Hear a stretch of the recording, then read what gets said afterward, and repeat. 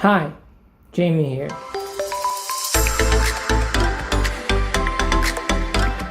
Well, on my last video I talked about dubbing and subtitles and translation in general, and that it's my area, and I talked a lot about the difficulties of translating and the objective of people when they use subtitles or dubbing. It's for them to understand the story. Okay. So, but let's imagine that you are fluent and you are not using subtitles, let alone dubbing anymore, but you still don't understand many things. There are some things that go beyond the language and they're cultural, and I kind of talked about that last video, but I'm gonna go deeper on some things that are impossible to be translated. So you need to speak English and you need to have a very high level of English, because you need to understand culture of other countries too, okay? And the first example that I'm going to give is like the most complicated one that I could think of. There's an animation that is amazing that is called Inside Out. Actually, the title in Portuguese is way more creative. Just so you know, the final word for the translation of the title of the movie is the distributors. So not always that name of the movie was the translator's choice because of marketing and etc. There are many moments that are impossible to understand if you don't have this high level of English, and you don't know elements like idioms. I'm going to talk about that. And this movie has a lot of these idiomatic expressions and cultural references, and it's a big metaphor for how our mind works. And there's a moment they decide to take the train of thought. They translate it literally. For you is just, it's kind of weird, because why is this train in her mind? Because train of thought in English means something, but if you translate literally, it means nothing in Portuguese. It means just a train. And of thought, like, it doesn't make any sense. So you need to understand that this is an idiom, this is an idiomatic expression. Just so you know what it means in Portuguese, it means linha de raciocínio. Yeah, so imagine you're the translator and you have to translate that. Yeah, it's that hard. And the only people that will get the reference of the train of thought, this metaphor, that's why there's a train that they will get, are people that are native speakers, or people who know like a very advanced level of English and know that this type of expression that are not like day-by-day expressions, you know? This is a very extreme case. To be specific, idioms or idiomatic expressions are expressions that they are connected to the culture of a certain place, of a certain country. So basically they cannot be translated literally at all, because it will not make sense to the listener. I'll give one example in Portuguese. Here in Brazil, actually, it's a Brazilian idiomatic expression. Just so you understand that, I guess if I tell you in Portuguese, oh, você pisou na bola, I guess you understand if you speak Portuguese, Brazilian Portuguese. But if you translate that literally, you stepped on a ball, that means nothing to them.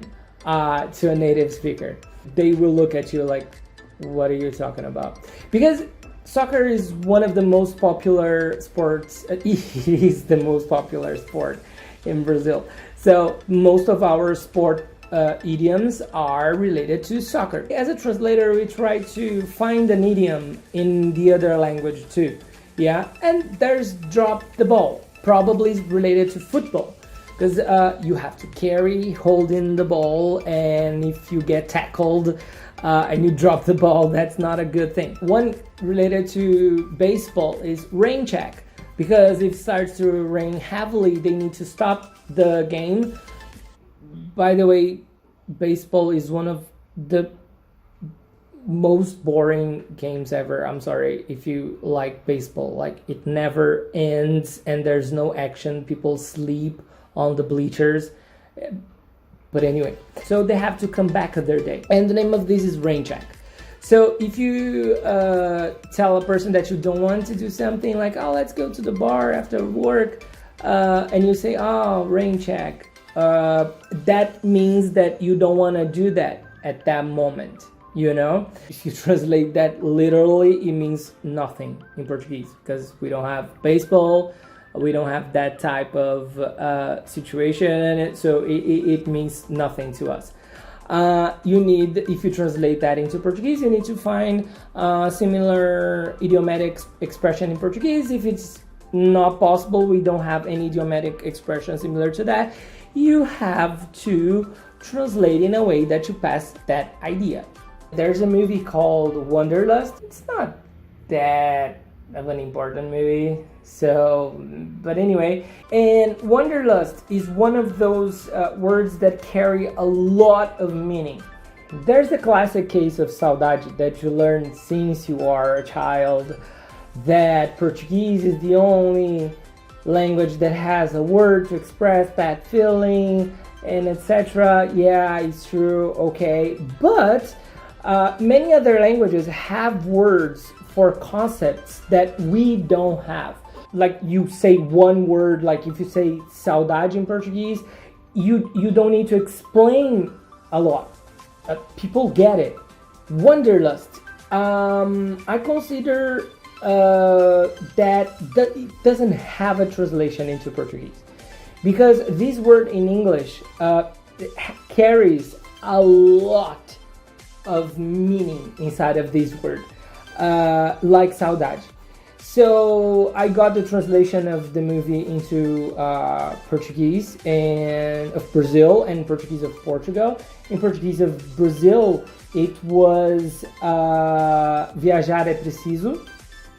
Yeah, Wanderlust has this feeling of a necessity to travel, and Portugal translated as amor e outras cenas. What? Like, it has really nothing to do with the original title. And I watched this movie, and I need to say that it has nothing to do with the movie.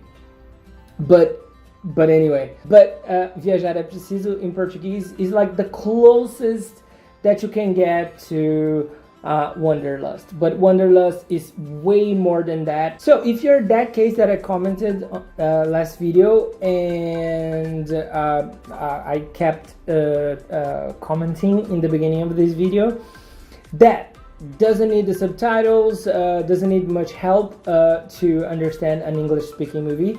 You need to be careful with these details, especially if you have a high level of English, or you're fluent.